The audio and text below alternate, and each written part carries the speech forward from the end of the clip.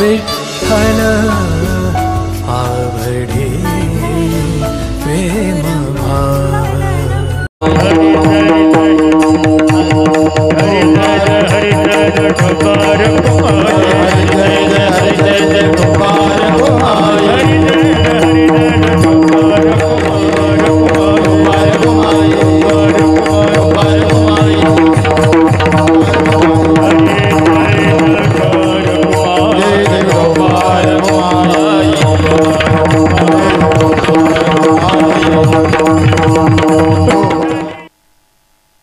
आणि ही कर्ज विश्वाच्या मालकाला फिटत नाही. त्या कर्जानं त्याची मान वाकलेली, त्याला वजन होतंय, म्हणून तो संतांकडे नाचतोय. नाचणे या शब्दाचा अर्थ पदन्यास नाही. नाचणे या शब्दाचा अर्थ पायात घुंगरं बांधून नाही. नाचणे या शब्दाचा अर्थ संतांकडे जी पडलेली कामं आहेत ती कामे करणं, इतिनाम नाचणे. ते कर्ज फिटत नाही याच्याकरता. साकडे पडोने दी काही व्यथा, आपणची माथा ओढवी. आदा कदा जर संतांकडे संकट येत असतील तर विश्वाचा मालक ती कसल्याही प्रकारची साकडे व्यथा त्यांच्याकडे जाऊ देत नाही.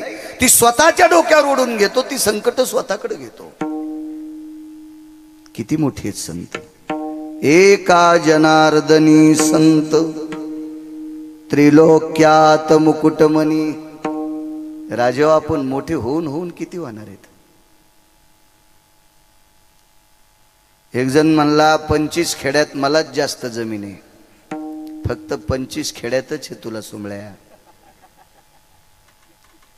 26व्या खेड्यात तो यापेक्षा दुप्पट आहे दुसऱ्याला. कशाला येड्यावानी करायला, कुत्र्या शेपटीवानी हालीत राहतो आपलं कौरव. आपलं मोठेपण म्हणजे बुटकभर पाणी आहे. आणि संतांचं मोठेपण म्हणजे समुद्राच्या व्याप्तीला लाजविल इतकं मोठे आहे. आपण फार काही मोठे असेल तर भावभावकीला मोठडपण दाखवतील काही माणसं. फार काही मोठे असले तर सोयऱ्या धाऱ्याला मोठेपण दाखवतील. फार काही मोठं असलं तर आपल्या तालुक्यात जिल्ह्यात मोठा होशील. फार काही झालं तर राज्यात होशील. काही दिवसापुरता देशात चमकशील. संत त्रिभुवनात मोठे आहेत. एक जण म्हणला मी भारत देशाचा राजा आहे, एक जण म्हणला मी अमेरिकेचा राजा आहे, एक म्हणला मी जपानचा राजा आहे. मालक म्हणले आम्ही त्रिभुवनीचे राजे आहेत. त्रिभुवनीचे. आणि तू एका देशाचा राजा झालास तरी किती दिवस होशील. कोण दिवशी तू या खुर्चीचं तंगड मोडल. तू रिबीन कापायच्या कामी पण राहणार नाहीस. हे आपलं मोठडपण. चंद्र सूर्य तोपर्यंत ज्यांचं मोठेपण संपत नाही ती संत आहेत. एका जनार्दनी संत, त्रिलोक्यात मुकुटमणी. या त्रिभुवनात संत मोठी आहेत.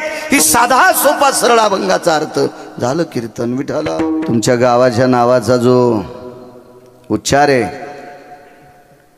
या उच्चाराने विश्वातला प्रत्येक व्यक्ती तृप्त होतो. कारण 100 क्विंटल सोनं 300 क्विंटल चांदी असली तरी सोन्याचं पिठलं चांदीच्या भाकरी खाता येत नसत्यात सुमळ्या. भाकरी गव्हा ज्वारीच्याच खावा लागतात. चांगलं नाव. काय बुजुर्ग असतील, कोण असतील, त्यांनी भाकर नाव ठेवलं गावाला. भाकरवाडी. हिची जाण असावी.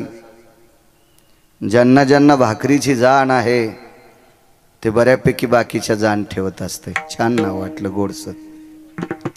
महाराष्ट्रात अजून एक नाव पाहिलं. त्या गावाचं नाव आहे गुळपोळी. बार्शीच्या पलीकडे गावाचं नाव गुळपोळी. गुळपोळी. अजून एखादं गाव सापडावं वरणपोळी म्हणजे तानच मिटला. आता इथं भाकरवाडी आहे. इथं भाकरवडी असती तानच नव्हता. मग पुन्हा पाचच काम नव्हतं. विडाला गावात जेवढ्या अण्णावाची मंडळी असतील तेवढ्यांना कोटी कोटी धन्यवाद. समतेचं एकतेचं प्रतीक दिसलं. बरं वाटलं, छान वाटलं. असा भाव, अशी सद्भावना, असं सगळ्यांच्या अंतकरणात जर झालं तर या भारत देशाचा स्वर्ग व्हायला वेळ लागणार नाही. विठाला विठाला.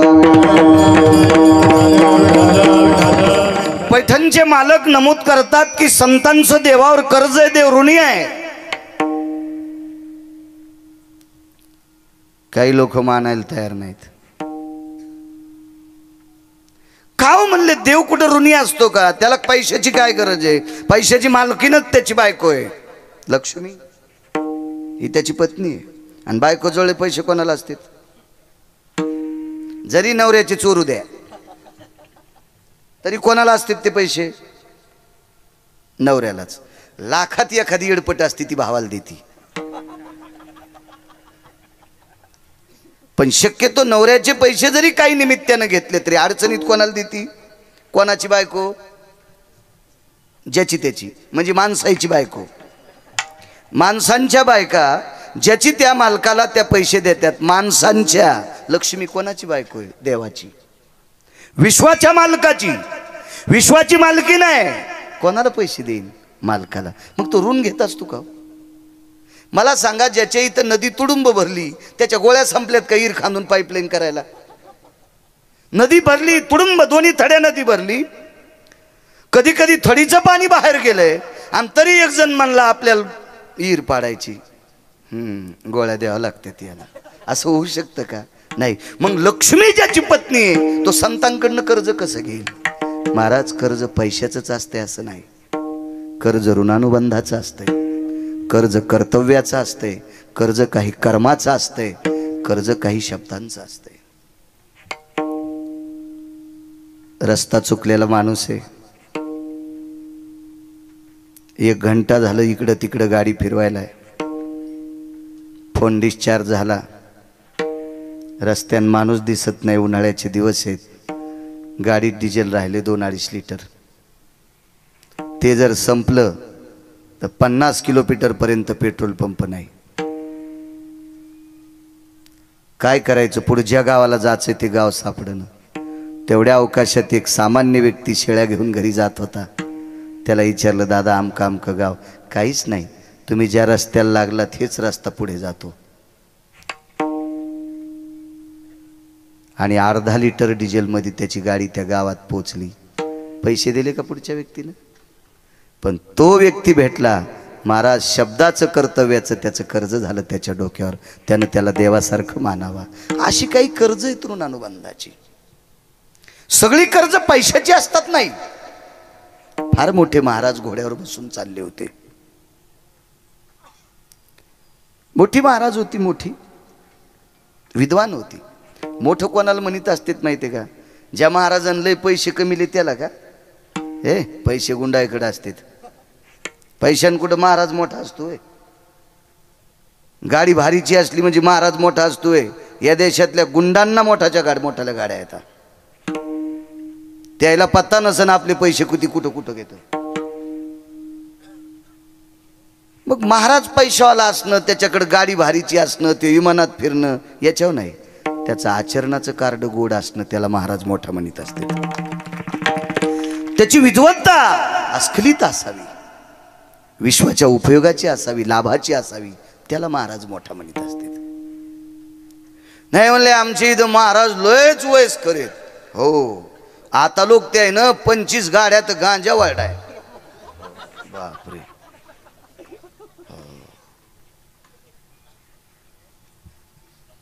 आणि काय करायचं वयस्कर असून? नुसता गांजाच फुकला ना त्यानं. काय केलं त्यानं?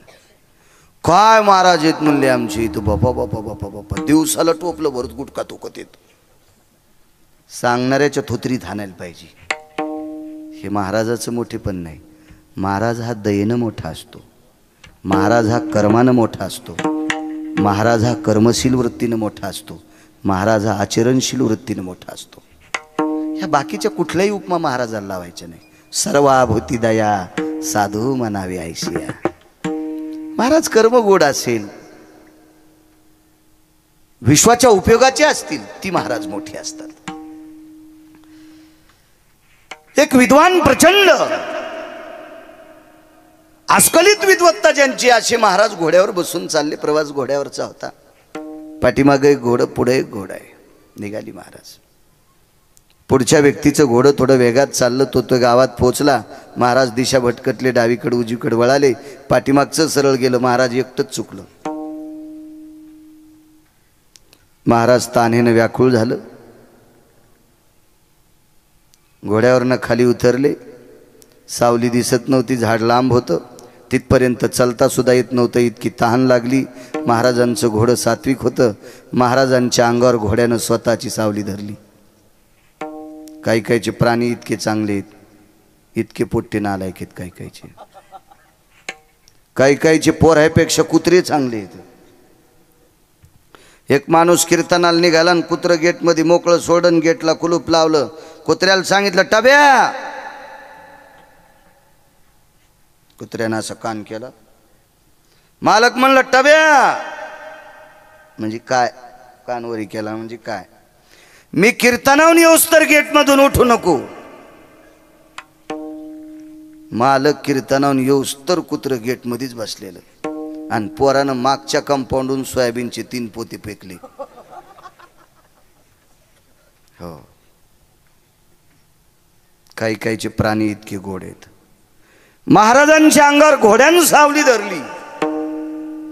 त्या सावलीत कसे बसे बसले विचार केला, पण वाचत नाही. तेवढ्या अवकाशात पाय वाजत होती.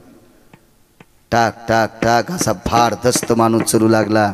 पायाखाली पानं काड्या मोडू लागल्या. उंच पुरा माणूस होता. काय महाराज? वेशावून पेरावून पाहिलं. हळूच खून आवाज दिला. जी का बसले? तहान लागली.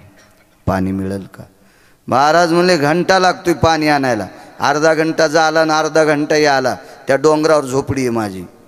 वाचत नाही तर.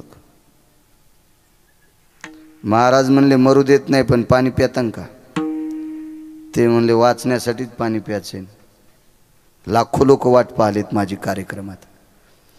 त्या महाराज त्या व्यक्तीनं सांगितलं तुमच्या बाजूला 100 फुटा विहीर आहे, पण पाणी काढायला लवट नाही. माझ्या डोक्याला पटका आहे. पटका भिजून तुम्हाला पाहिजे. महाराज म्हणले तुमची जात कोणती? पटक्याच पाणी प्यायचे. तुमची जात कोणती? ते म्हणला मी लाहोर चित्र ससे धरणार आहे. महाराज म्हणला अवघड आहे भाऊ. बरं तुम्ही आंघोळ केव्हा करतात? ते म्हणला मागच्या पावसाळ्यात भिजलो होतो. आता पुढच्या पावसात भिजलो तरच आंघोळ, रोज करीत नाही. पहाटे बी पाणी नेत नाही. शिकारी येतो काही संबंध नाही. कपडे फाटूस तर काढीत नाही. त्याचं शर्ट काढणं असं जर वाजिलं तर हलकीवानी वाजत होतं. इतकं घामानं कडक झालतो. हो, ते शर्ट काढून जर कलईत टाकलं तर 300 माणसाच्या वरणाला मीठ टाकायचं काम नाही. इतका घाम होता त्या ह्याच्यात. आणि कोणाला प्यायचं त्याच्या पटक्याच पाणी माहिती आहे. 1 नंबरचा तत्व आहे. आता 5-4 मिनिटं विचार केला, वाचत नाही. पण म्हणला जाऊ द्या, पटक्याचं पाणी प्यायचं. वाचून लोकांना भजन सांगू. द्या म्हणले पाणी. 75 हाताचं पागुट सोडलं. इरीत सोडलं. सुत्ती पटका होता. रेशमाचा नव्हता. रेशम काय घेईन? तोंड पुसायच्या कामी नसतं. ते फक्त दिसायला चांगलं. सुत्ती कपडा. इरीत सोडल्याबरोबर 2-2.5 फूट सोडा. चांगलं 2 वाट्या पाणी आलं. पाणी महाराजाच्या तोंडात 2-4 बाऱ्या पिळल्यावर महाराज म्हणले जमलो आता मरत नाही. या महाराज. ते म्हणला नाही, मी ज्या कार्यक्रमाला चाललो माझ्यासोबत चला. गेले तिथपर्यंत. मला खुर्ची टाकली. अशी महाराजाला खुर्ची टाकली. लाखो शिष्य होते महाराजाचे. लाखो. हो, प्रचंड पैसे आले.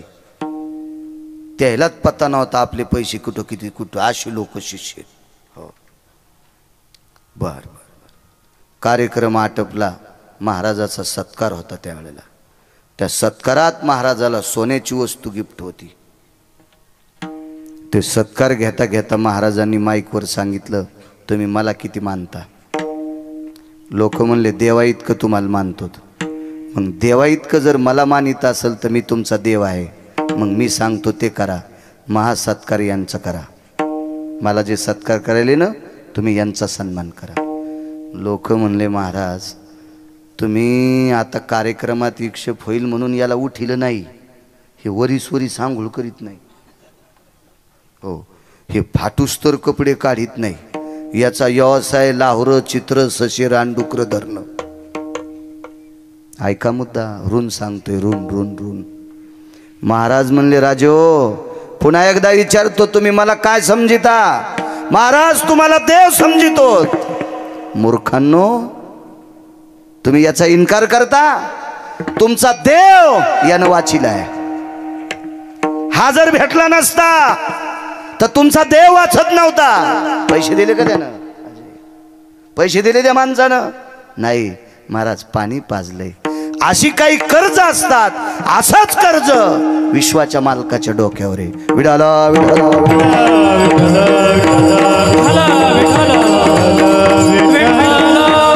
सहावीला पोरग शाळेत गेलं. वर्ष संपलं, 7वीला जाणार. आईनं सांगितलं बाळा 7व्या वर्गात तुला शिकता येणार नाही. का ग आई? तुला शिकण्यासाठी माझ्याकडे पैसे नाहीत. वही पुस्तक पेन चालू शकत नाही. लोकांचं रान खुरपून तुम्हा तिघांना जगवते. याच्या व्यतिरिक्त मी काही करू शकत नाही. ठीक आहे आई. सगळी लेकरं शाळेत चालली. वट्यावर बसलेलं होतं. गावातल्या एका प्रतिष्ठित व्यक्तीने विचारलं आवाज, ए बाळ्या शाळेत जात नाही?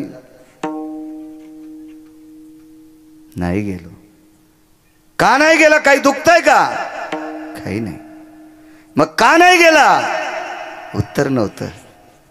डोळे भरून आले. रडून जिरवतो? नाही दादा. आईनं सांगितलं तुला शिकता येणार नाही. वही पुस्तकासाठी पैसे नाहीत. ठीक आहे चाल सोबत. गुरुजीला विचारलं, गुरुजी वर्षभराचे पुस्तक पेन वही किती लागतील पैसे? 127 रुपये. जुना काळ. दुकानावर गेले. पुस्तक वही पेन वर्षभराचं देऊन टाकलं. चल जा शाळेत. पुढचं सांगू. आज तो मुलगा विद्यमान नायब तहसीलदार आहे. नायब तहसीलदार आहे ते मुलगा. आज आज आज आज 150 एकरवाल्यानं पोरगी दिली त्याला.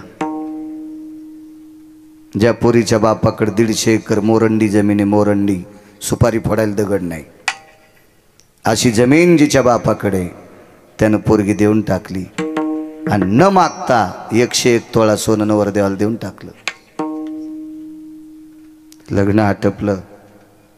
आपल्या संस्कृतीमध्ये कुलाचार, शिष्टाचार, देवदर्शन, वरयात्रा, ग्रामदेवता, परिसरातल्या देवता, सगळ्या देवतेचं दर्शन केलं.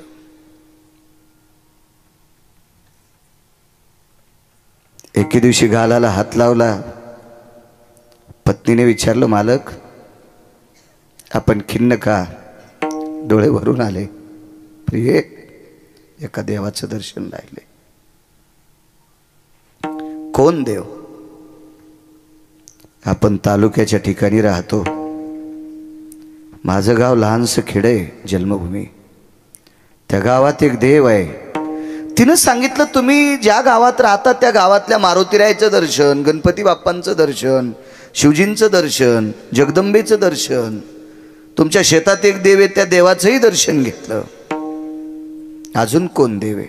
अगं एक चालता बोलता देव आहे. त्या देवाचं दर्शन विसरलंय. चला जाऊ. निघता निघता पत्नीला विचारलं, तुझ्या बाबाला न मागता मला काय दिले तुझ्या बाबानं? 101 तोळा सोनं दिले. एक बोलू का तुला? माझ्यावर जर तुझं अतूट प्रेम असेल तर माझी इच्छा आहे 101 तोळा सोनं माझ्या देवाच्या पायावर टाकायचे. ठीक आहे, तुमची इच्छा, तुम्ही म्हणताल ते पर्व काळ.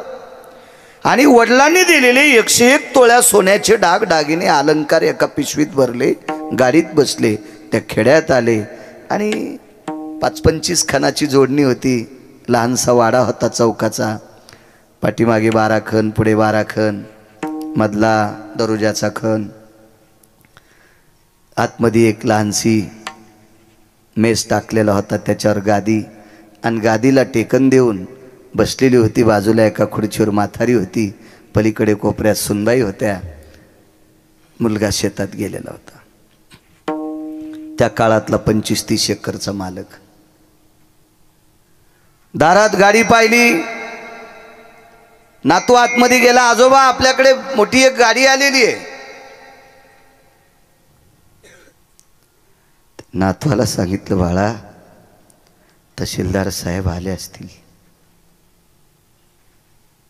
पटकन म्हातारी उठली, कणकीचा दिवा केला, त्याच्यात तेल घातलं, त्याच्यात वाद घातली, आणि औक्षण काढण्यासाठी म्हातारी उभी राहिली. आलास बाळा? आलो. दोघांचं दर्शन घेतलं, पिशवीची चैन उघडली आणि पायावर 101 तोळा सोनं रिचून दिलं. पत्नीनं सांगितलं, साहेब हा देव आहे तुमचा? ह्या सामान्य माणसाच्या पायावर 101 तोळा सोनं दिलंय? माझ्या बाबाने किती कष्टानं कमवलेलं आहे ते. थोडंसं बाजूला घेतलं, तिला एकच विचारलं, तुझ्या बाबाने तुला मला कस का दिलंय? तिने सांगितलं, का दिलं म्हणजे? अहो तुम्ही नायब तहसीलदार आहात म्हणून माझं तुमच्या सोबत लग्न लावलंय. माझे बाबा वेडे आहेत का कोणासोबत लग्न लावायला? ऐक ग प्रिये, मी नायब तहसीलदार आहे, एका तालुक्याचा कारभार सांभाळतोय. याच्याकरता तुझ्या बाबानं माझ्यासोबत तुझं लग्न लावलंय. पण मी नायब तहसीलदार होण्यासाठी या देवाची कृपा झालती ग, या देवाची कृपा झाली. लाखो रुपये दिले ते करे अजय त्यांनी? नाही, 127 रुपयाचं कर्ज महाराज. म्हणून नायब तहसीलदार झाला. अशी काही ऋण आहेत, आणि असेच ऋण विश्वाच्या मालकाच्या डोक्यावर होती. विठ्ठल विठ्ठल.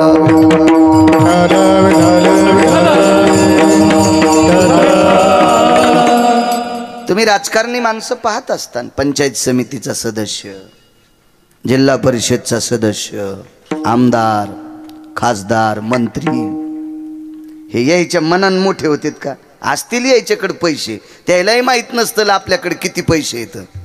पण यांना मोठं करणारे देव कोण असतील तर त्यांचे कार्यकर्ते. कार्यकर्ते जर बाजूला सगळे सोडून गेले ना, तर कळपातून चुकलेल्या हरणासारखं होईन त्या पुढाऱ्याला. कोण्या झाडाचा पाला खावा इतकं पण कळणार नाही, त्या हरणासारखी कथा होईल. महाराज, या राजकीय क्षेत्रातल्या लोकांचे देव कोण असतील तर स्वतःच्या जीवाचं रान करून त्यांचा प्रचार करणारे त्यांचे कार्यकर्ते त्यांचे देव असतील. मग विटेवरच्या मालकाला मोठं, यांना कोण मोठं केलं राजकारण्याला? त्यांच्या कार्यकर्त्यांनी केले. म्हणून निवडून आल्यावर त्याच्यासाठी कधी कधी काचा खाली केल्या पाहिजे आहे ना. हो, तितकी तरी सांभाळली पाहिजे.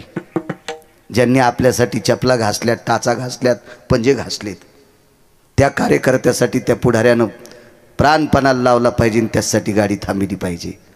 कारण या कार्यकर्त्या पुढाऱ्यांना मोठं करतात त्यांची कार्यकर्ते, यांचं कर्ज आहे. देवाला कोणी मोठं केलंय? संतांनी. आमुचिया भावे तुझा देवपण,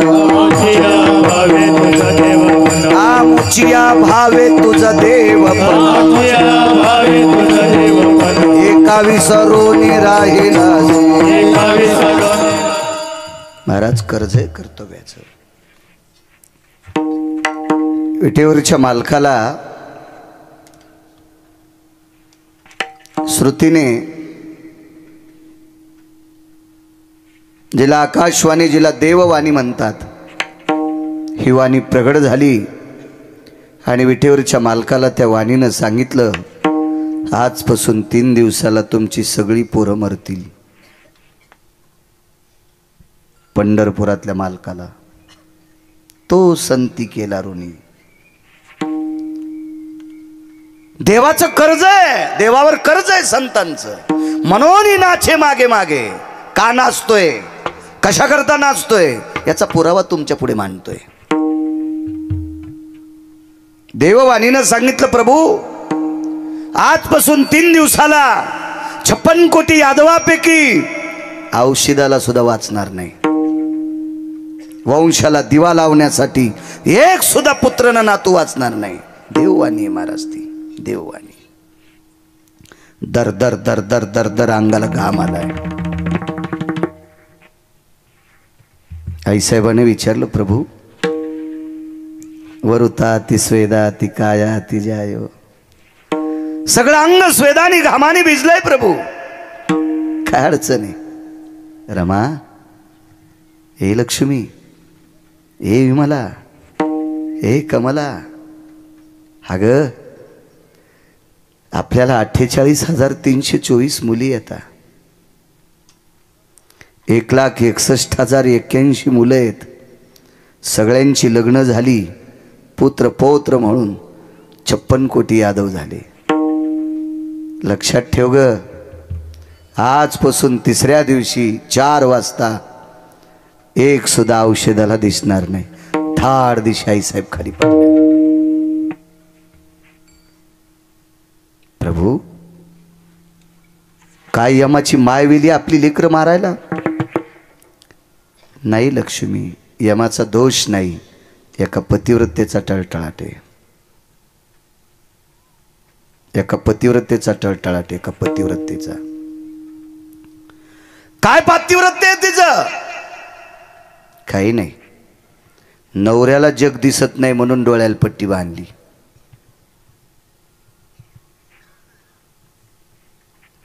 नवरा बिना भाकरीचाच ऑफिसला पाठीला आणि ही महादेवाला पाणी घालायली अशी नव्हती. वडापाव खाऊ लागलं. म्हणलं काय काय नाही, ती सकाळीच पूजेला गेली ती, मग स्वयंपाक कोणीच केला नाही. मग मुल्या कुठला नालाय का? लाज वाटायला पाहिजे तुला सांगायला. भंगिरी आहे अशी कुठं पतिव्रता असते होय? नवरा उपाशीच पाठीला आणि ही पांडुरंगाला मंजुळा वाहली आणि महादेवाला बेल वाहली. लेकरा इतकी नवऱ्याची सेवा करते, तिची देवावरी सत्ता. एकाही देवाच्या पाया पडू नकोस. पण कपाळाच्या मालकाला लेकरा इतका जीव लाव, देव तू म्हणशील ती ऐकल. तू का म्हणे पतिव्रता आणि तिची देवावरी सत्ता. नैवम गिरगावकर लिखितम. मी लिहिलंय काय वाक्य? नवऱ्याला नीट बोलत नाही, महाराजाला काजू टाकून दूध पाजिती. तू ह्या काजू टाकून प्यालेल्या दुधानं महाराजाचं पोट फुटन पोट. नवऱ्याच्या पाया पडत नाही, महाराजाच्या पाया पडते. धोत्रा सगळं जळण तुया पापान. महाराज जळाल्यावर धोत्र जळायला किती किस्तू लागत असतो? नाही माझ्या माईनो, शब्द तुम्हाला कठीण वाटत असतील. नाही, तुम्हाला आवडेल असं कीर्तन नाही. चोंबाळ्या गप्पा हानीत नाही. भलवा नका बोलू. तुम्हाला 30 गाव पठ्ठ्याला 36 गाव. एकार छोट नाही, मागं लागत नाही कोणाच्या, काही गरज नाही. तुमच्यातल्या एका बाईनं देवाचं सुद्धा दर्शन घेतलं नाही. देवानं तिच्या 9 बाऱ्या दर्शन घेतलं. मर्यादा पुरुषोत्तम रामचंद्र लोपामुद्रेच्या 9 बाऱ्या पाया पडले. ती एकदाही पडली नाही, पण मालकाच्या 3दा पडत होती. इथं बसलेले ज्याचे आईवडील जिवंत आहेत त्यांना आईवडिलाचं दिवसात एकदा दर्शन घ्यायचं. एकाही भंगिऱ्या महाराजाच्या पाया पडायचं नाही. काय देईन ते तुम्हाला सोमळ्या. महाराज कल्याण करीत असतो का तुमचं? गोळ्या संपल्यात का तुमच्या? पाया पडायचं असेल तर वारकऱ्याच्या पडं जा, महाराजाच्या पडू जाऊ नका. माझ्या मालकाचा संदेश आहे, मस्तक माझा पायावरी वारकरी संतांच्या. 8 दिवसापासून बोंबलायलो मी रोज. एका बाईनं महाराजाच्या पाया पडायला पोरगं नेलं. महाराज म्हणले इतकं पाय दाबू दाबू पाया पडील. त्याला राग आला आणि त्यानं महाराजाच्याच पायाला बोच करलं. रोगत निघलो महाराजाच्या पायातून. पण महाराज गपचिकच बसलं. 3-2 हजार पुढे टेकले होते ना. त्या वजनानं ते म्हणलं सगळं मांडी गुडघ्यापासून काढ तरी काय ताण नाही. त्या 2000मुळं त्यानं रक्त काढू दिलं. काय येडगळ होतं ते बी.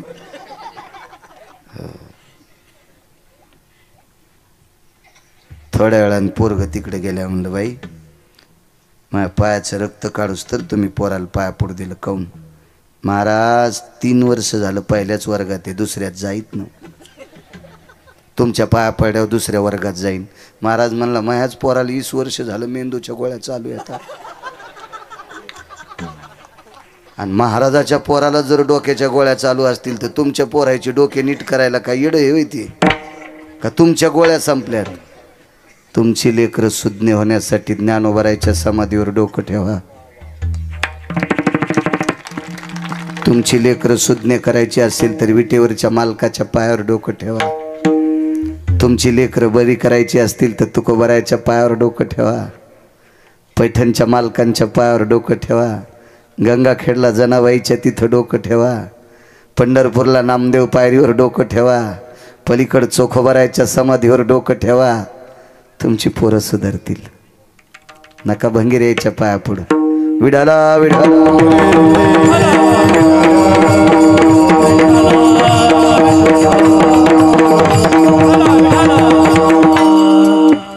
आईसाहेब खाली पडल्या.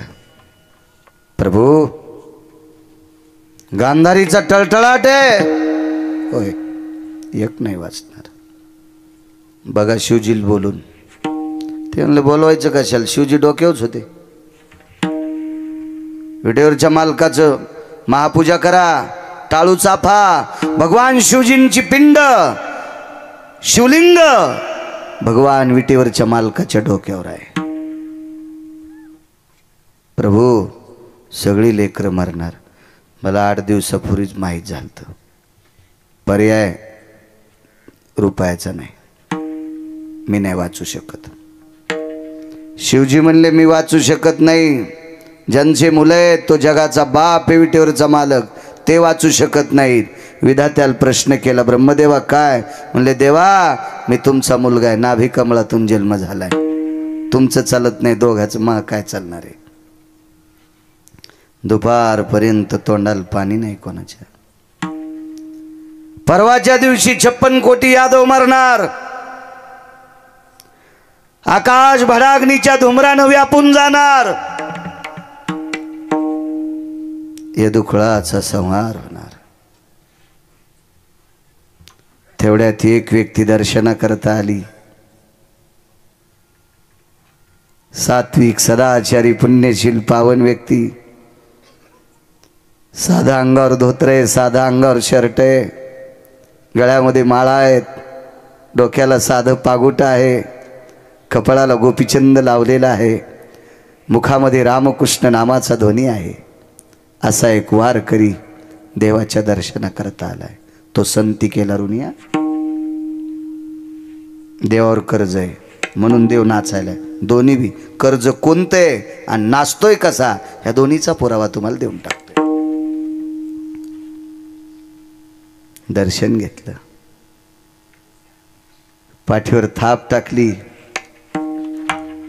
त्या वारकऱ्याला हृदयाला धरलं आणि जगाचा बाप उकसाबुकशी रडत होता. बेस नकोय, रडत होता. भावनेच्या आर्द्रतेनं त्या प्रेमाच्या वलयाने वारकऱ्याचं अंग चिंब झालं आणि अंतःकरण शंकेच्या बोंड्या विचित होतं.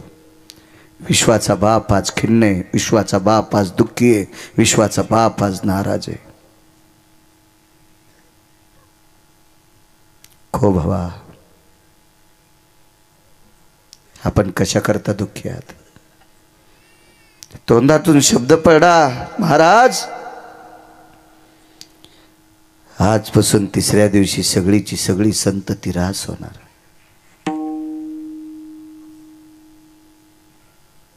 खिन्नतेच्या लहरी माझ्यापर्यंत आल्या प्रभू. याच्याकरता तुमच्या भेटी करता आलोय. तुमच्यावर दुःख का उडवलं असेल? एका पतिव्रतेचा टळटळाट आहे. फार मोठ्या आहात माझ्या माईनं तुम्ही. नवऱ्याला जग दिसत नाही म्हणून स्वतःची डोळी बंद केली. आणि सूर्याचे किरण मरेपर्यंत पाहिले नाही.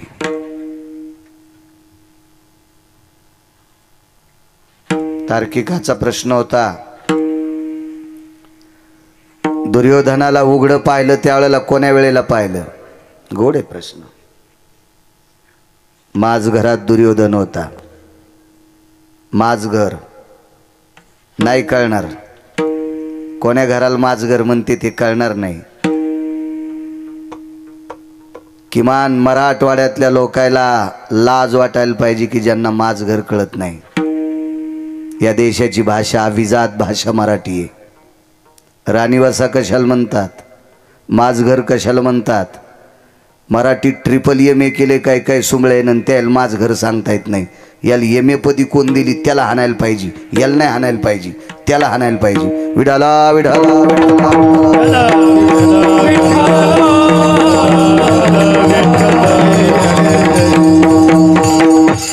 नाही राजो, मला नाही वाटत ह्या सगळ्या गोष्टीनं तुम्हाला गुण यायला नाही.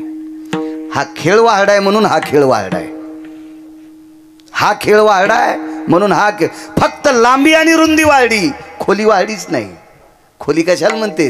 खोली म्हणजे पीक आलं, खोली म्हणजे गुण आलाय. तुमच्या एवढ्या मोठ्या सप्त्याला गुण आला आणि खोली वाढली कधी समजीन? तुमच्या काल्याच्या दिवशी 25 पोरं माळकरी व्हा, तर तुमच्या सप्त्याला गुण आलाय, तर तुमच्या सप्त्याची खोली वाढली. नाही तर तुम्ही नुसते महाराज आणले, त्याला खपक्या पाकिट दिले, तुम्ही असेच.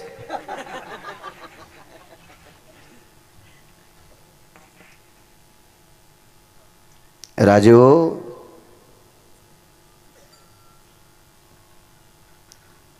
आमच्या शब्दाचा जर तुम्हाला गुण येत नसेल, महाराज मोठ्यांचं वाक्य शोकांतिक आहे, याचं पाप वाक्याला फेडावं लागते. पाकिट फुकट नसतं महाराज यांचं. तुम्हाला जर 1 आणि 4-5 पोरानं जर नाही माळी घातल्या तर तुम्ही दिलेली दक्षिणा आमचे संसार खालून पेटी ती, खालून खालून पेटी ती. मोठ्यांचा अधिकार सांगू. ज्ञानसूर्य रंगनाथ गुरुजींचं कीर्तन चालू पंढरपूरला.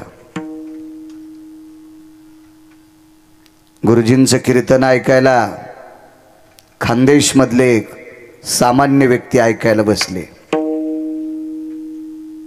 40 गावकडचे होते तिकडचे. नुकतंच लग्न झालं.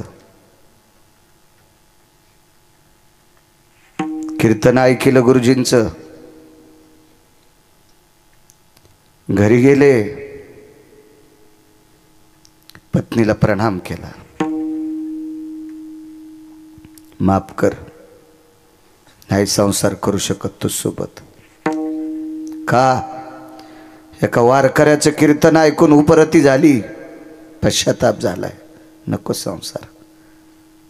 वैकुंठवाशी गुरुवर्य नथुराम बाबा केळकर सांगायचे आमच्या परिसरात.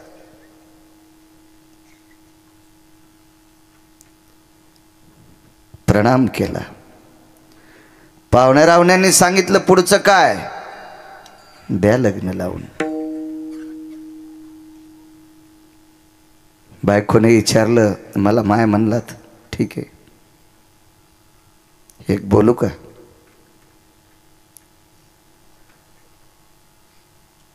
संसाराची इच्छा आता तर नाहीये, आणि जर असेल अंतकरणात तर पुढच्या संसारात तू जरी कुत्री झाली तर मी कुत्र होईल. पण संसाराची इच्छा पुढच्या जन्मात पूर्ण होईल, पण गुरुजीची सेवा पुढच्या जन्मात भेटत नाही. गुरुवर्य रंगनाथ गुरुजीची सेवा पुढच्या कीर्तनात भेटत नाही. महाराज, एका कीर्तनात इतका पश्चाताप व्हावा याला वक्ता म्हणतात. महाराज, त्या दर्जाचे आपण मृदंगाचार्य नाहीत, त्या दर्जाचे तुम्ही गायक नाहीत, त्या दर्जाचा मी कीर्तनकार नाही. पण आपल्या तिघांचा दर्जा इतकाच असावा, 5 बायकांनी तंबाखू सोडावा. एकाच माणसानं म्हाताऱ्यानं बिडी सोडाव, पोराला विनंती करीतच नाही. 50 वर्षाचा पुढं गेलेलं कचर त्या एक जणानंच तुमच्या भाकरवाडीत बिडी सोडावा, 2च पोरायनं गुटके सोडावा आणि 5च मुलांनी काल्याच्या दिवशी माळी घालावा. आपल्या तिघायला आशीर्वाद मिळेल. आम्हा तिघायला आहे मृदंगाचार्य, गायक आणि आम्ही, आम्हा तिघाला आशीर्वाद भेटेल. खरा प्रयत्न मायबाप. घाला काल्याच्या दिवशी 5 तरुणाईने माळी. देखावा दाखवूच नका, लय देखावा पाहिलाय मी.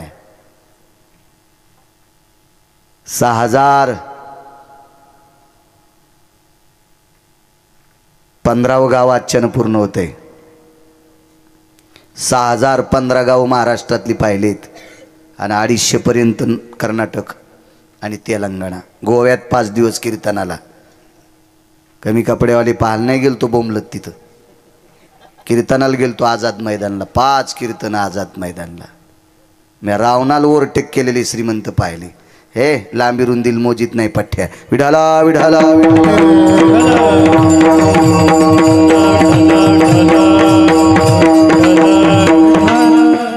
सप्ताह झाल्याच्या नंतर किमान 5 तरी लग्न झालेल्या शिकलेल्या पोरीनं नियम करायचा. आंघोळ झाल्याबरोबर 5 ज्ञानेश्वरीच्या वया वाचील, किमान तुकोबरायच्या गाथ्यातला एक अभंग वाचील आणि मग संसाराला बाकी कामं करील. सप्त्याला गुण आला माझ्या माईंनो, सप्त्याला गुण आला समजायचा. कशा करता? हे जर तुम्ही करत राहिलात तर उद्या धर्म टिकल, उद्या ही बारकाली करतील. आणि तुम्ही जर नुसती मजाच म्हणून ह्या गोष्टी केल्या तर हे इतकी मजा मारतील, त्यावेळेला वरून बघताना आपल्याला मळमळ होईल. विठाला विठाला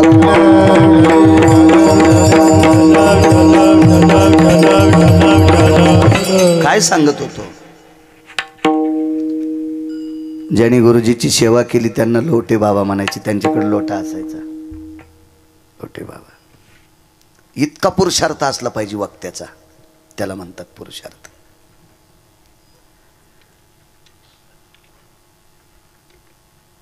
रडून रडून अंग चिंब झालंय.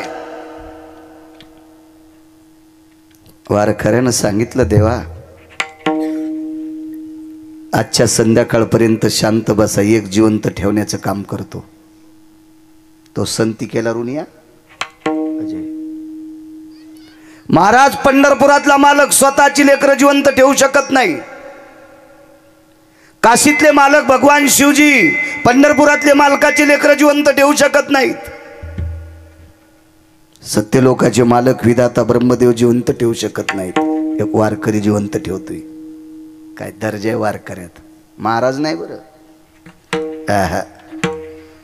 महाराज म्हणजे काय, हे वाड्यावर काही करू शकतो, त्याचं नाव महाराज आहे. किती जरी आलं तरी नियम बदलत नाही, त्याचं नाव वारकरी. हो, म्हणून पुन्हा एकदा सांगतो, तुमच्या बुटाला स्पर्श करून सांगतो, तुमच्या चप्पलला स्पर्श करून सांगतोय, पायाच पडायचं तर वारकऱ्याच्या पडायचा. नका पवित्र मस्तक हरामखोराच्या पायावर टेकू. त्याच्या पायातून पाप तुमच्या अंगात येईल आणि तुमचं घर उभं पेटल. चांगल्यांचं दर्शन घेतलं पाहिजे, कोणाचं बी नाही. प्रभू आजची रात्र थांबा, एक तुम्हाला दिवा लावण्यासाठी जिवंत ठेवण्याचं काम करतो. दुसऱ्या दिवशी सकाळी वापस आले आणि प्रसन्नपणाने विटेवरच्या मालकाचं दर्शन घेतलं, मालकिनीचं दर्शन घेतलं आणि सांगितलं, प्रभू तुमचा एक नातू वाचितो, त्याचं नाव आहे वज्र. मुलगा नाही वाचिला, नातू वाचितो, ब त्याचं नाव आहे वज्र. वज्राला जवळ बोलवलं, पाठीवर थाप टाकली आणि दक्षिणेच्या राजा यमाकडे बघितलं. हे यमराज, याला नेशील तर माझ्याशी गाठे. यम म्हणला, शिवजी बोलनत, पंढरपुरातले मालक बोलनत, ब्रह्मदेव बोलनत, आणि हे महाराज. माझ्या अंगात धोत्र आहे का? इतक्या भारीचं धोत्र नव्हतं महाराजाला. माझ्या अंगावर शर्ट आहे का? इतक्या भारीचं शर्ट नव्हतं महाराजाला. महाराजांची पत्नी मंदिरात संक्रांतीच्या दिवशी वाण द्यायला गेली तर ती अंधारात गेलती, तिच्या मांडीवरची साडी फाटलेली होती. मुलाने विचारलं, आई तू अंधारात गेलीस? हो बाळा. उजेडात का गेली नाही? बाळा, दोन्ही मांड्यावर साडी फाटलेली होती. मी खूप शिवण्याचा प्रयत्न केला, पण शिवली की पुन्हा फाटू लागली, जीर्ण झाली, जुनी झाली, दुसरी नेसण्यासाठी नाही. आई अंधारात त्याच्याकरता गेली. बाळा, स्त्रीच्या अंगावरचं लुगडं फाटलं, तिच्या मायबापाची इज्जत जात नाही, तिच्या सासू सासऱ्याची इज्जत जात नाही, तिच्या नवऱ्याची जाती. तुका म्हणे नग्न भाज परी ते लाज स्वामीशी. बाळा, पवित्र आह्वाचा संक्रांतीचा सण आहे. या पवित्र सणाच्या दिवशी माझ्या मांडीवरची साडी फाटली. ही परिस्थिती जर लोकांनी पाहिली तर माझ्या कपाळाच्या मालकाची इज्जत जाती, तुझ्या बाबाची इज्जत जाती, आणि तुझ्या बाबाची प्रतिष्ठा जाऊ नये याच्याकरता अंधारात वाण देऊन आले. काय महाराजाची गरिबी असेल,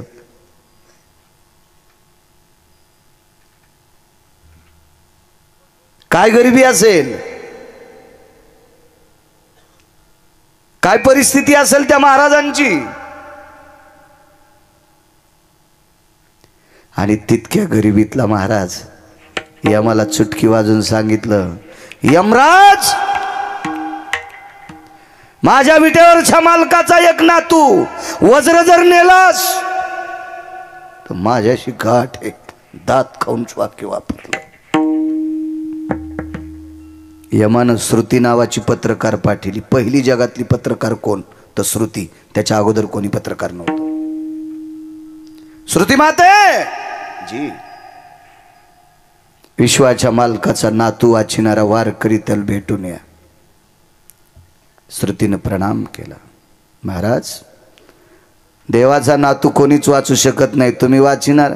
वाचवायचा काय विषय, मरूच देत नाही.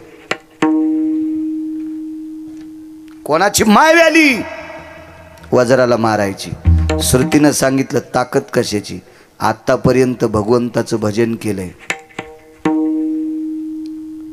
त्या भजनाच्या पुण्याचे हौद भरलेत, आणि त्या पुण्याच्या बळावर या पोराला पोह्याचा प्रसाद द्यालता. त्या वारकऱ्याचं नाव होतं सुदामदेव. देवाच्या 56 कोटी यादव्यापैकी एकाच नातवान प्रसाद खाल्ला होता, त्याचं नाव होतं वज्र. वज्र. महाराज, देवाच्या वंशात दिवा लावायला सुद्धा एक सुद्धा माणूस शिल्लक राहत नव्हता, पण एका वारकऱ्यानं जिवंत ठेवला. हे कर्ज तो संती केला ऋणी. नाचतो का? दुसऱ्या कडव्यावर बोलायचं बरं का, मी बोट केल्यावर. का कसा नाचलाय?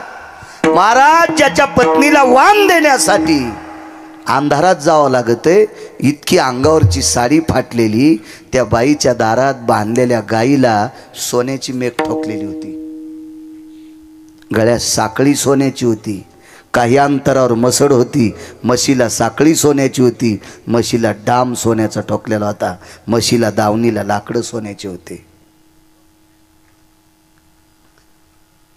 देवाला एका बायकोने 16,108 पत्न्यापैकी देवाच्या एका बायकोने माहेरातून मणी आणला होता. तिनं माहेरातून बोटुळे आणले तर नीट बोलत नाही सासूला. शेवया, एका घरी शेवया खाल्ल्यात नाही आणलं. काय सुंदर शेवया झाल्या, माझ्या आईनं केल्यात, यायच्या माईला येत नाहीत बोटुळे. म्हणलं तुझ्या माईला हे लांबटीन बोटुळे येतात, याच्या माईनं एवढा उभा बोटुळा दिलाय ना तुला, याची अक्कल आहे का तुला? तुझ्या माईनं दिलेले बोटुळे 6 घंट्यात गाव करायला जातात. याच्या माईनं अख्खं जीवन सांभाळायला तुला बोटुळा दिलाय, याची अक्कल कुठं नदील का आणतुलीस का?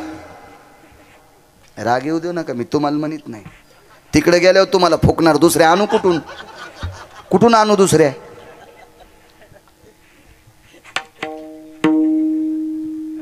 तिळभर करायचं, निळभर नाही सांगायचं. साधे बोटुळे आणले तर सासूला किंमत नाही. 26,666 तोळे 8 मासे याचा एक भार 21 क्विंटल 78 किलो 44 तोळे पावणे 22 क्विंटल सोनं देणारा मणी आणला. सोनं साचल्यावर ज्यानं आपलं लेकरू वाचिलंय त्याचं गाव सोन्याचं बांधलंय. याला दुसऱ्या कडव्यात नाचणं म्हणतात. म्हणून नाचे मागे मागे म्हणून नाचे मागे मागे म्हणून नाचे मागे मागे म्हणून नाचे मागे मागे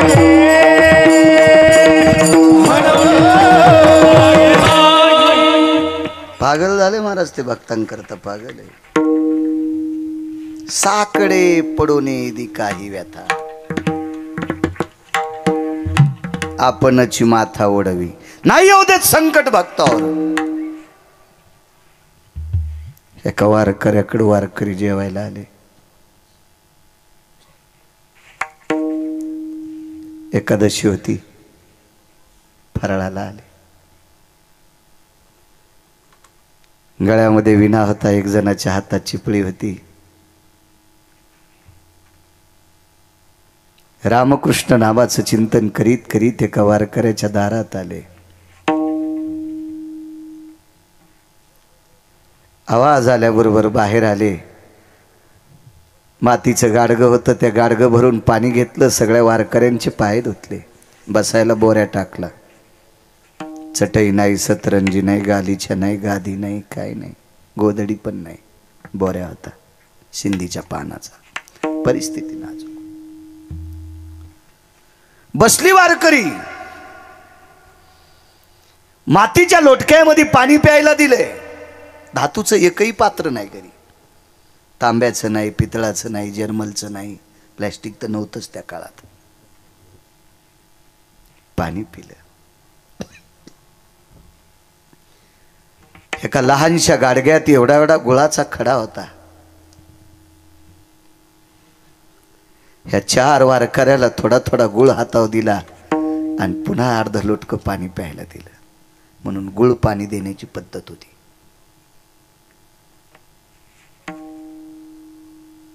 एकादशीचा जागर काही नाही फराळाला.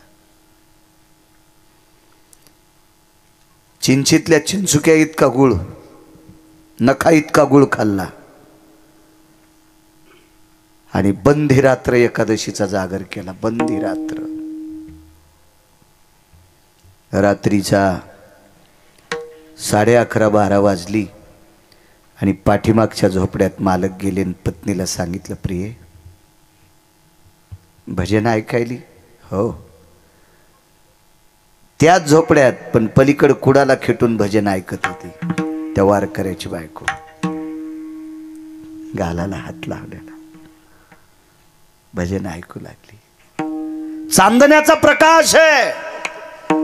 पौर्णिमेच्या रात्रीच्या प्रकाशानं त्या झोपड्याच्या ताटव्यातून आत प्रकाश आलेला होता. दिवा लावण्याकरता तेल नव्हतं. साकडे पडून येदी काही व्यथा. भक्तावरची संकट स्वतःच्या डोक्यावर घेतोय किंवा निवारून टाकतोय. हे कर्ज फेडण्याचं लक्षण आहे. प्रिये जी, एकादशीचा जागर एका कवडी इतक्या गुळावर केलाय, पण सकाळी द्वादशीला काहीतरी लागेल की नाही? करशील का वारकऱ्याला जेवायला? करते. पण वाक्य एक तोंडातून पडलं नाही. आपल्या घरी शिदा नाही, किराणा नाही. करते म्हणले. महाराज नवऱ्याला दिलेला शब्द वाया जाऊ देऊ नये म्हणून रात्रीच्या 11:15 वाजता एका दुकानदाराची कडी वाजली. कडी वाजली. कोण? आमक्याची बायको आहे. काय एवढ्या रात्री?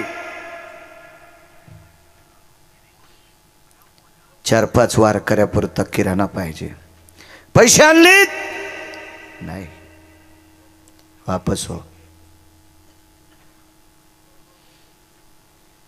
पुन्हा एकदा वाज. सांगितलं नाही एकदा? ऐका ना दुकानदार, द्यावं, दया करा. आम्ही तुमचे पैसे फेडू दुकानदार, दया करा दुकानदार. वारकरी आले तर आमच्या इथे एकादशीचं भजन करायलेत. मी काय धर्मराजा नाही. तेवढं नका दुकानदार, नका माझ्या मुलासाठी, नका माझ्या मालकासाठी, नका माझ्यासाठी. आम्ही द्वादशीला नाही जेवणार, पण आमच्या 4 वारकऱ्या करता 2-3 वाट्या पीठ द्या ना, द्या ना. अर्धी वाटी तांदूळ द्या ना दुकानदार. काय भावना जागी झाली आणि दार उघडलं. कंदील हातात घेतला आणि कंदिलाच्या प्रकाशात रात्रीच्या 12:30 वाजता आजूबाजूला कोणीच नसताना एकांतात एका वारकऱ्याच्या पत्नीचा चेहरा पाहिला. तिच्या दाताचा प्रकाश कंदलाच्या प्रकाशाला लाजवीत होता. इतकी सुंदर त्या वारकऱ्याची पत्नी होती.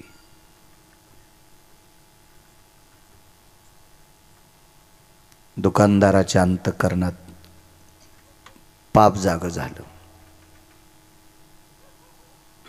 पैसे आणून देशील? कुठून येणार तुझ्याकडे पैसे? दुकानदार, पैसे जर नाही फिटले तर तुम्ही सांगताल ते काम करीन. शब्द सहज चुकीचा केला.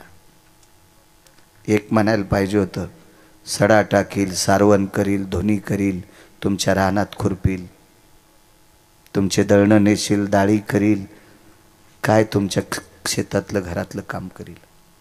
सांगताल ते काम करीन म्हणल्याबरोबर दुकानदारानं कोड्यात पकडलं आणि एवढं मोठं गठुडं किराण्याचं देऊन टाकलं. किराण्याचं गठुडं 12:15 वाजता 12:30 वाजता उचलणार तेवढ्या अवकाशात दुकानदारानं सांगितलं, लक्षात आहे का? मी सांगितलं ते काम. काय काम करायचं? आज रात्री 1:15 वाजता 2 तासाकरता माझं काम तृप्त करण्यासाठी यायचं.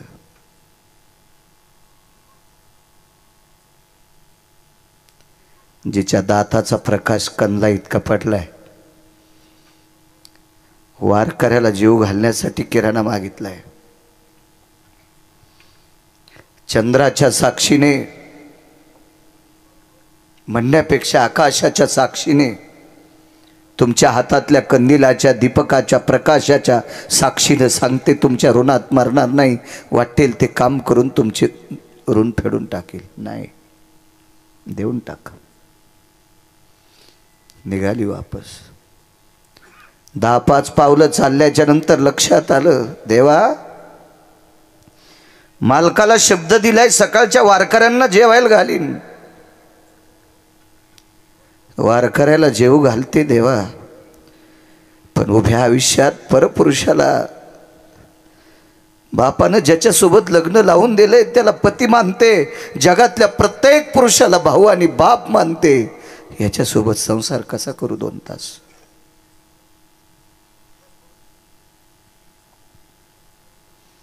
पुन्हा विचार केला. मालकाला लिहिलेला शब्द खोटा होऊ नये. देवा, इतक्या पवित्र वारकऱ्याची सेवा अविरत केली, तरी पण मागच्या जन्मातलं जर काही पापाचं गठोडा असेल आणि शरीर बाटवायचं असेल तर तू ठरव. 1:15 वाजता 2 तासाकरता तुमचं दास्यत्व स्वीकारायला येते. द्या किराणा. घेतला. घरी नेऊन किराणा टेकला. हातातल्या बांगड्याचा आवाज आलता. भजन चालू असताना 1:15 वाजता मालक पलीकडे गेले. पाहिलं तर आपली पत्नी उकसाबुकशी रडत होती. डोक्यावरच्या पदराचा कोपरा तोंडात घातला. आपल्या रडण्याचा आवाज भजन करणाऱ्या वारकऱ्यांना जाऊ नये पण उकसाबुकशी उदका दाटत येत होता आणि पदराचा कोपरा तोंडात दाबून रडत होती. नवऱ्याने विचारलं, प्रिय, दुःख कसलं? वारकऱ्यापुरता किराणा देऊन टाकला. त्या दुकानदाराचं नाव होतं तुळशीदास नावाचा दुकानदार. महिपतींच्या चरित्रात बघा तुम्ही, लक्षात येईल तुमच्या. त्या दुकानदाराचं नाव आहे तुळशीदास. तुलसीदास दुकानदाराने आपल्याला किराणा दिला. हो, काम करून पैसे फेडू नाही. कसा दिलाय? 2 तासाकरता शरीर इकलंय.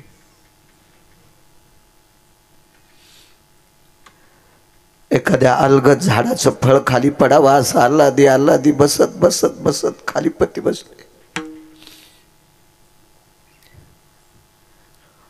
पत्तीच्या सानिध्यात डोळ्यातून पाणी कसं आणावं सहज शब्द पडला. प्रिय,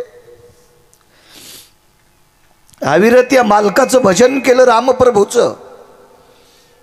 त्या वारकऱ्यानं जीवनभर रामप्रभूचं भजन केलं.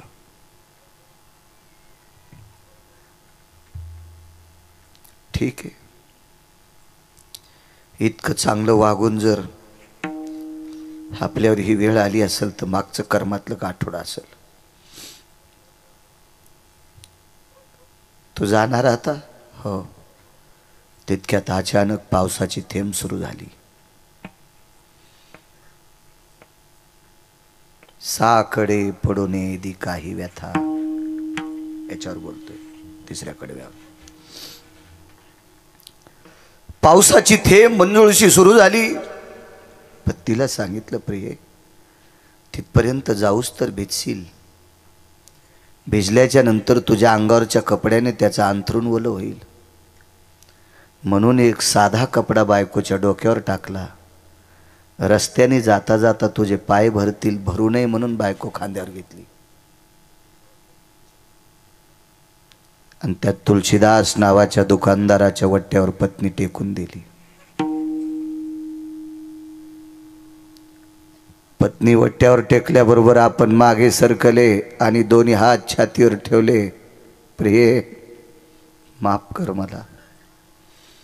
माझ्यासारख्या वारकऱ्याच्या संसारात तुला 2 तासाकरता शरीर विकावं लागते. माफ कर मला, माफ कर. लक्षात ठेव प्रिये,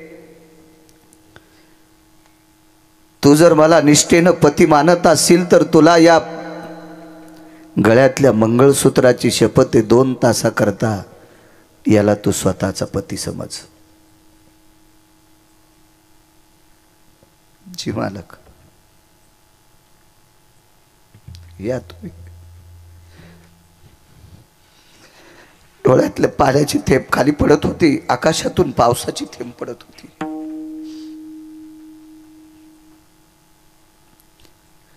धरणी माता थरथर कापत होती. आकाशातल्या पर्जन्याच्या गारा झेलण्याची जिच्यात ताकद आहे, तिला एका वारकऱ्याची दुःख अश्रू झेलण्याची ताकद नव्हती. आणि या धरणी मातेने विटीवरच्या मालकाला जाग केलं. देवा, काय जाणो देवा होशील निजला. या वारकऱ्याचं प्रारब्ध लिहित असताना तुला झोप लागली का देवा? तुला करुणेचा सागर कोण म्हणील? तुला वात्सल्य सिंधू कोण म्हणील देवा? त्या वारकऱ्याचं नाव होतं संत कबीर.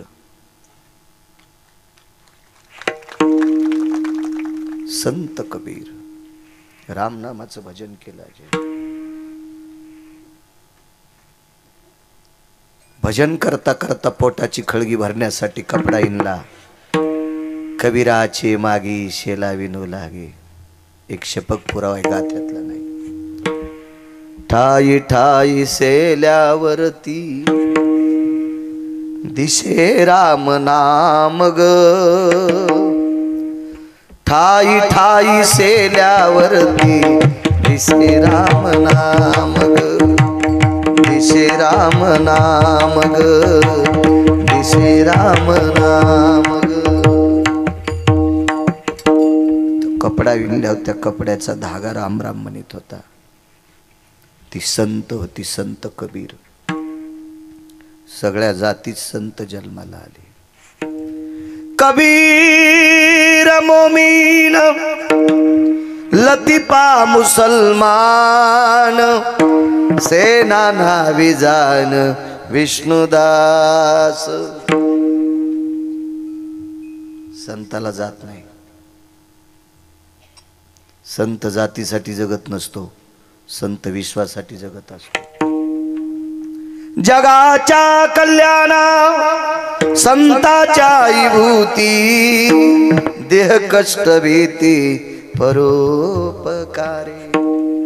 जात नाही याता याती धर्म, नाही विष्णुदासा निर्णय तो ऐसा वेद शास्त्री.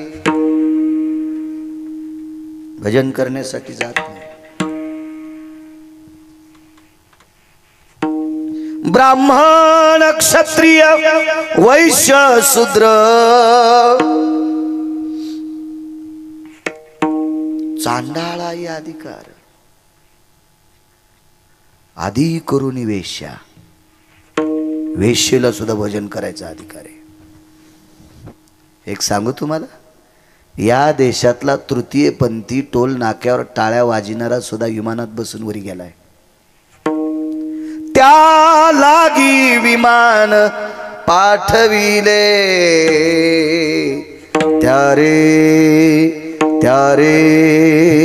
त्या लागी विमान पाठविले.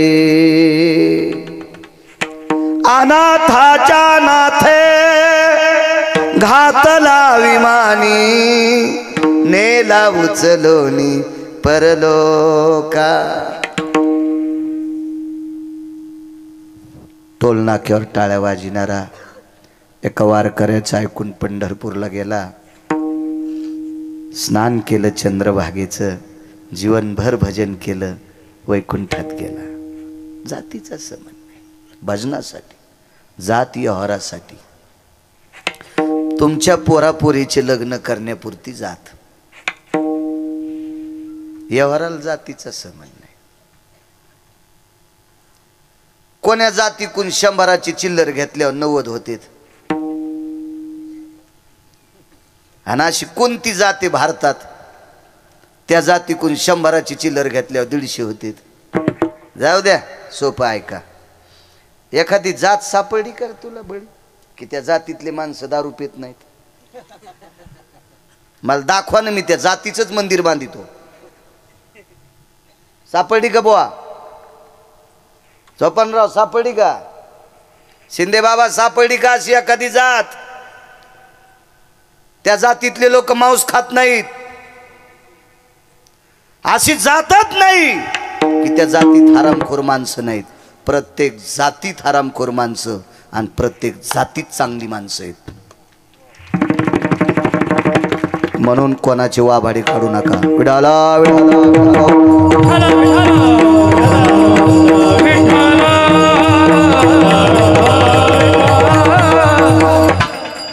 घराचा अर्धा रस्ता पार केला.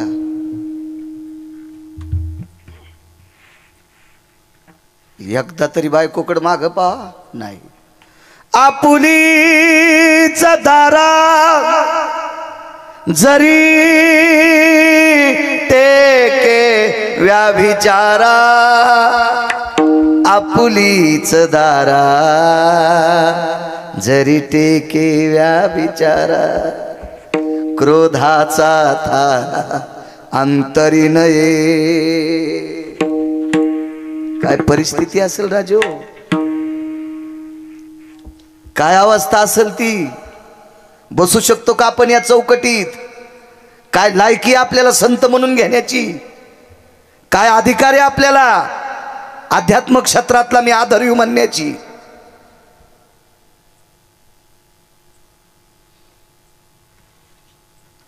टरबुजा निघाल केलेस तूप खाऊ खाऊ सुंबळे. समाजासाठी तू हा उपयोग काय? हाऊत भरून टाकला, पुण्याचा नाही पैशाचा. त्या पैशाचे इच्छू होते. इच्छू तू जर धर्मासाठी काम चांगलं करीत नसशील तर इच्छू होतील. इच्छू पाकिट घरी नेऊन साशिले, त्या पाकिटाची जर तंबाखू खाल्ली महाराज तर खाली थुकल्यावर त्याचा सरप तयार होतोय. कुठं डसन सांगता यायचं नाही. हा, कुठं डसल काही सांगता यायचं नाही.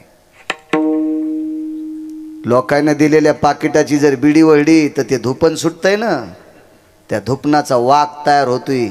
गळ्याला धरीन का पोटाला धरीन का बंद खाईल सांगता याचं नाही. हो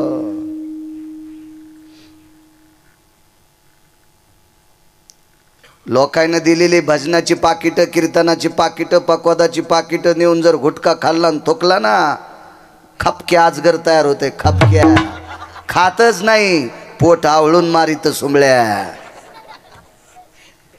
आणि अशा नालायकाला पाकिट देणाऱ्याला सुद्धा ते आजगर हानीते. तुम्हाला वाटलं का याच्यावर घेतलं की तुमची खसखस पिकती?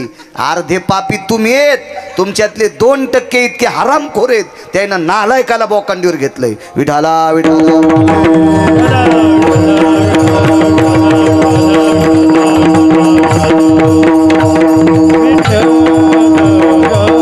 साकडे पडवणे दी काही आता इथपर्यंत आलतो. अर्धा रस्ता उरकलाय, नाही माग पाहिलं, नाही माग पाहिलं. टाळाचा आवाज कानावर आला, भजनात बसले. भजन चालू असताना मुखारविंदातून एक अचानक शब्द पडला, देवा सांभाळ रे माझ्या आबरूला, सांभाळ रे देवा माझ्या इज्जतीला. हे देवा चंद्र सूर्य येतोपर्यंत मला पुरुषार्थहीन म्हणते रे. 1:15 वाजता कडी वाजली. दुकानदाराने कडी उघडून आतमध्ये त्या वारकऱ्याची पत्नी घेतली, कडी लावून टाकली. कंदील खुंटीला अडकिला, ती बाई पलंगावर बसली. साकडे पडोने ती काय व्यथा, काय घोडे माझा मालक. महाराज मुसमुसलेल्या शिळीच्या बोकडासारखा हरामखोर तुळशीदास दुकानदार. बोकड कळाला ना तुम्हाला? बोकड्याला बहीण कळत नाही, बोकड्याला त्याची आई कळत नाही. कितव्या दिवशी? कितव्या दिवशी? तिसऱ्या दिवशी. तिसऱ्या दिवशी 3 दिवसाच्या बोकडाला त्याच्या सोबत जन्माला आलेली त्याची पाठ, ती बहीण, ती कळत नाही. सगळ्यात हरामखोर जर कामानं विषयासक्त झालेला प्राणी जगात कोण असेल तर त्याला बोकड म्हणतात. आणि या बोकडाच्या बरोबरीचा तुळशीदास नावाचा दुकानदार, त्या बोकडा इतका हरामखोर. काय भाव बदलला विटेवरच्या मालकाने. लागलीच त्याने विचारलं, रस्त्याने चिखले, पाल माती का नाही लागली? 10 मिनिटं निघून गेलते, चांदणी ढळली होती. दुकानदार 2 तासाकरता तुमची सहचरणी आहे. 10 मिनिटं निघून गेले, 3 वाजता सुट्टी द्या, आंघोळ करून वारकऱ्याला स्वयंपाक करायचा आहे. सांग पायाला माती का नाही? ऐकताल? तुमचं अंथरूण भरू नये याच्याकरता माझ्या नवऱ्याने इथपर्यंत तुमच्या वट्ट्यावर खांद्यावर आणून टेकलंय. कंदिलाचा काच नाही फुटला, अंतःकरणातला रावण फुटला. आणि अंतःकरणातला रावण फुटला आणि बोकड्यापेक्षा मस्ताड्याला तुळशीदास नावाचा दुकानदार इतका साधू झाला आणि कबीराच्या पत्नीच्या पायावर डोकं ठेवलं. बहीणबाई, हे बहीणबाई, हे बहीणबाई, मला माफ कर ग, मला माफ कर. महाराज बोकड्या इतका मस्तड्याला दुकानदार, याच्या अंतःकरणातल्या भावना कोण बदलल्या? या पंढरपुरातल्या मालकानं बदलल्या. म्हणून तिसऱ्या कडव्या साकडे पडोने दी काही व्यथा, साकडे पडोने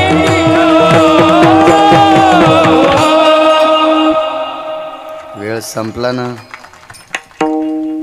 10:30 वाजून गेलेत. करू का बंद? आगाऊच पको देव, संचेनच माणसं मारली संचेन. चला तुम्ही भजन वाढवा म्हणाली, चांगली गोष्ट आहे. येरी तरी मोकारे व्हॉट्सअप खेळत बसलीत ना भंगिरी वापऱ्या कापऱ्याला. लय त्या मुख्यमंत्र्याचा संदेश येणार आहे का आराम खोरायल्या? तुला वाढदिवसाच्या शुभेच्छा. अशा माणसाला दिल्या त्याला सकाळी बायकून आणलं होतं. आणि त्याला वाढदिवसाच्या शुभेच्छा द्यायला. त्याचं लोन तू इथं आलं तर तू उरफाट फुकीन. जुन्याला बी नव्याला बी. ऋषा तुला नाही म्हणलो मी. नवाज नवरदेव बसलाय आमच्या पुढे. पागल आहे येडफट. गिरगावकराचं कीर्तन असलं की पळतच येते ते. तुलाही शुभेच्छा संसाराला. धर्माची सेवा कर बिचारे. काय साकडं पडू देत नाही महाराज. एक वेगात प्रसंग मांडतो, माफ करा. लोक दुरून येतात. ठरलेल्या वेळेत बोललं लोकांना त्रास होत नाही. मला काय, मी आज 12 वाजूस तर बोललो, मग काय मीटर जळतंय त्यानं दिलंय. मग थोडंच हे खराब झाल्यावर लय लोकांचं डॉक्टरला दुरुस्त नाही करता आलं तर मग काय करता येईल. हे त्यानं दिलं नैसर्गिक आहे. तुकोबरायच्या घरी पक्ष होतं, पित्र होते. त्यांच्या बाबांची पुण्यतिथी होती. परिस्थिती इतकी नाजूक तुकोबरायची. तुकोबरायला एका श्रीमंत व्यक्तीचा गहू कापावा लागला. इथं बसलेल्या तरुणांनो, तुम्हाला एक विनंती करेल. राजो, काम कर जा रे, पैसे कमव जा. तुमच्या संसारातल्या आडी अडचणीला पैसे कामी येतील. काम कर जा.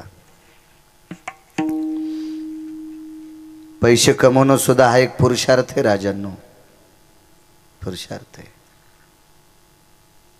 वेगळं वाटू देऊ नका गिरगावकराचं. जरा वेगळाच बोलतो मी, असं समजून घ्या. तुमच्या जवळची पैसे संपल्यावर तुमच्या घरातली लोक सुद्धा तुम्हाला किंमत देत नाही. लांब कशाला, बायको सुद्धा विचारित नाही. बायको सुद्धा नवऱ्यान जर पिशी भरून आणली शिंदे बाबा किराण्याची, तर बायको नंदीबाईला आणि झुलती. हा, आमचे मालक. सदा शृंगार भूषणे कांता लवे बहुमाने. पैसे कमवू जा. बघा आमच्या महाराजाचे सगळ्याचे कपडे, तुम्हाला काऊन पांढरे नसा. बघा आमचे चेहरे, हाय का इतकीशी तरी वळी. आणि तुमच्या गालायनं पासा जेवारी बसती. इकून आठाभर आणि इकून नीटभर. हा, बसतो गुटके खातून थुकत. आमच्या याला बी काय लाजा वाटायला पाहिजे गुटके खाताना. लोकांच्या डोळ्यातले का कुसळ काढायचे, आपले मुसळ निघावून बाहेर का. आपले तसेच यशनी तुटलेले बैल, कोणाची माका हाणायला सुंबळ्या का. आपण काय असं मोकळं सोडलंय का. देवाचे हाले आहेत का आपण, का आईचे काठाळे आहेत आपण. आपल्याला काय नियम नाहीत का. उलट यांच्यापेक्षा आपण नियमाच्या चौकटीत वागावं. काम कर जा. कोणी शेती असेल, कोणाची नोकरी असेल, कोणाचा व्यवसाय असेल, काम करायचं. माय लोकाचा ऊस खुरपायला आणि या भडव्याला 2 लाखाचा सफरचंद कंपनीचा मोबाईल. हरामखोर कुठला. याला पिराल कापायला पाहिजे, पिराला. हो, आणि उभा कापायचा, पुन्हा आडवा नाही, इथून कापायचा. माय लोकाचा कापूस याचायला लागली हरामखोरा. आणि तू 2 लाखाचा सफरचंद कंपनीचा मोबाईल वापरायला पांचटा. लाज वाटायला पाहिजे. लाज, तुला लाज. काम करून जर कोणी 2 तोळ्याची अंगठी घेतली तर त्याची पाठ थापटीन. पाठ. शाबास रे पठ्ठ्या म्हणे. कारण सांगू, मोबाईल जर सकाळी घेतला ना जो आणि दुपारी 3 वाजता जर ऐकला तर किती पैसे येतात रे.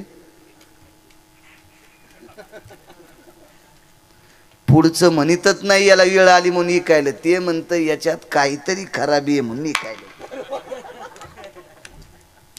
सोन्याची अंगठी विकताना कोणाची मायवेली खराब आहे म्हणायची.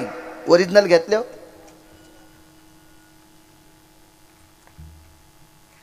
मोबाईल जर इकायला नेला अडचणीत अर्धे पैसे. आईचं दुखायलंय, बाबांचं दुखायलंय, पत्नीचं दुखायलंय, लेकराचं दुखायलंय. लेकराला शिक्षणासाठी पैसे कमी पडले, मोड अंगठी.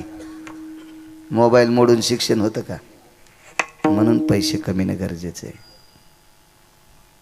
नाहीत मानी सोय रे. लय हरामखोर जात आपल्या पाहुण्याची. हे चालत्या घोड्याच्या गोमाशा येतात. चलतीचं नाव गाडी, थांबली तिचं नाव भांगार. मग येडी मुडी का असं पण चल ना, येऊ दे ना, येऊ दे येऊ दे येऊ दे. आणि 55 लाखाची फेल झालेली टप्पर बाई. काय माणसं.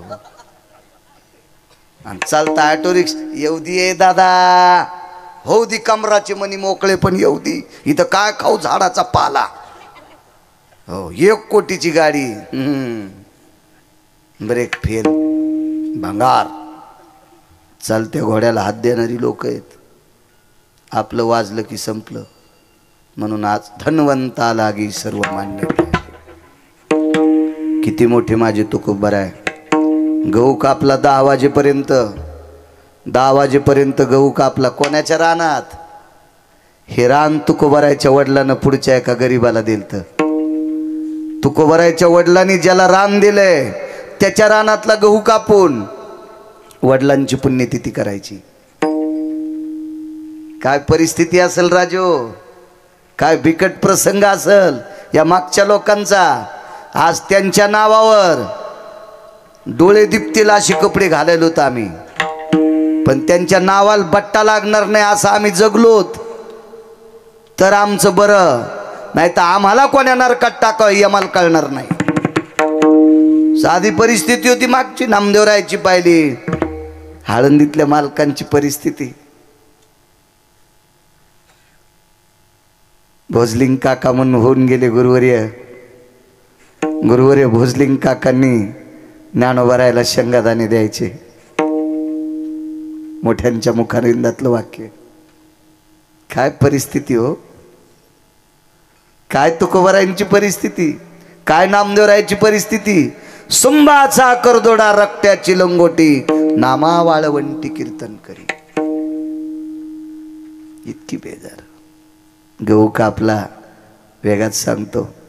विस्तारपूर्वक काय कायचं असेल तर यूट्यूबला यांच्याकडे आहेच. इकडे दुसऱ्या याच्यात बघा, गरजा महाराष्ट्रावर पोरायचे बी बरेच चॅनल आहेत.